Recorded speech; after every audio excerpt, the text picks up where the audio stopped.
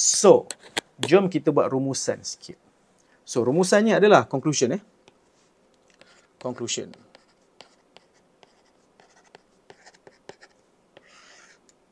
Simple je conclusion dia. Okay. Conclusion pertama. Vertical asymptote, seperti yang saya bagi tahu tadi, adalah nilai X yang buat fx mat error ataupun syntax error. Maknanya korang lah, maknanya bawah tu kosong lah. Okay. Ataupun pembawah kosong. Pembawah kosong.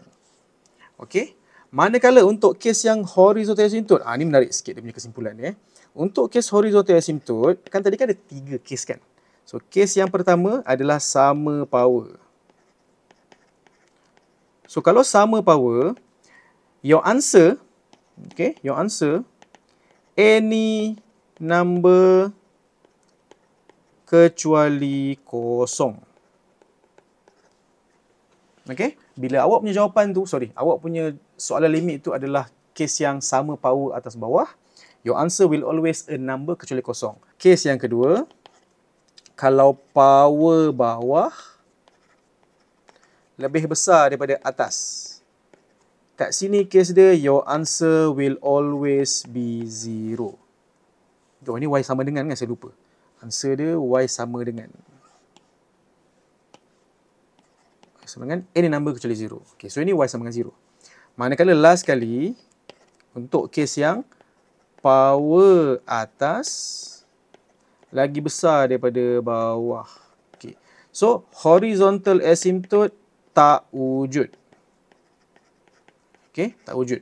Tapi, jawapan bagi limit yang X menghampiri positif ataupun negatif infinity ni adalah infinity juga. Sama ada dia positif ataupun negatif infinity. Yang ni korang kena check lah sebab dia lain soalan, lain lah dia punya jawapan.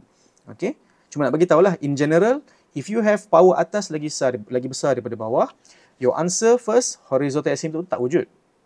Second, your answer is either positive infinity atau negative infinity. Okay, with that, itulah dia subtopik hari ini yang saya nak cover. So, panjang sikit. Saya harap topik ini bermanfaat. Semoga anda maju jaya dalam final exam. Itu sahaja untuk hari ini. Bye.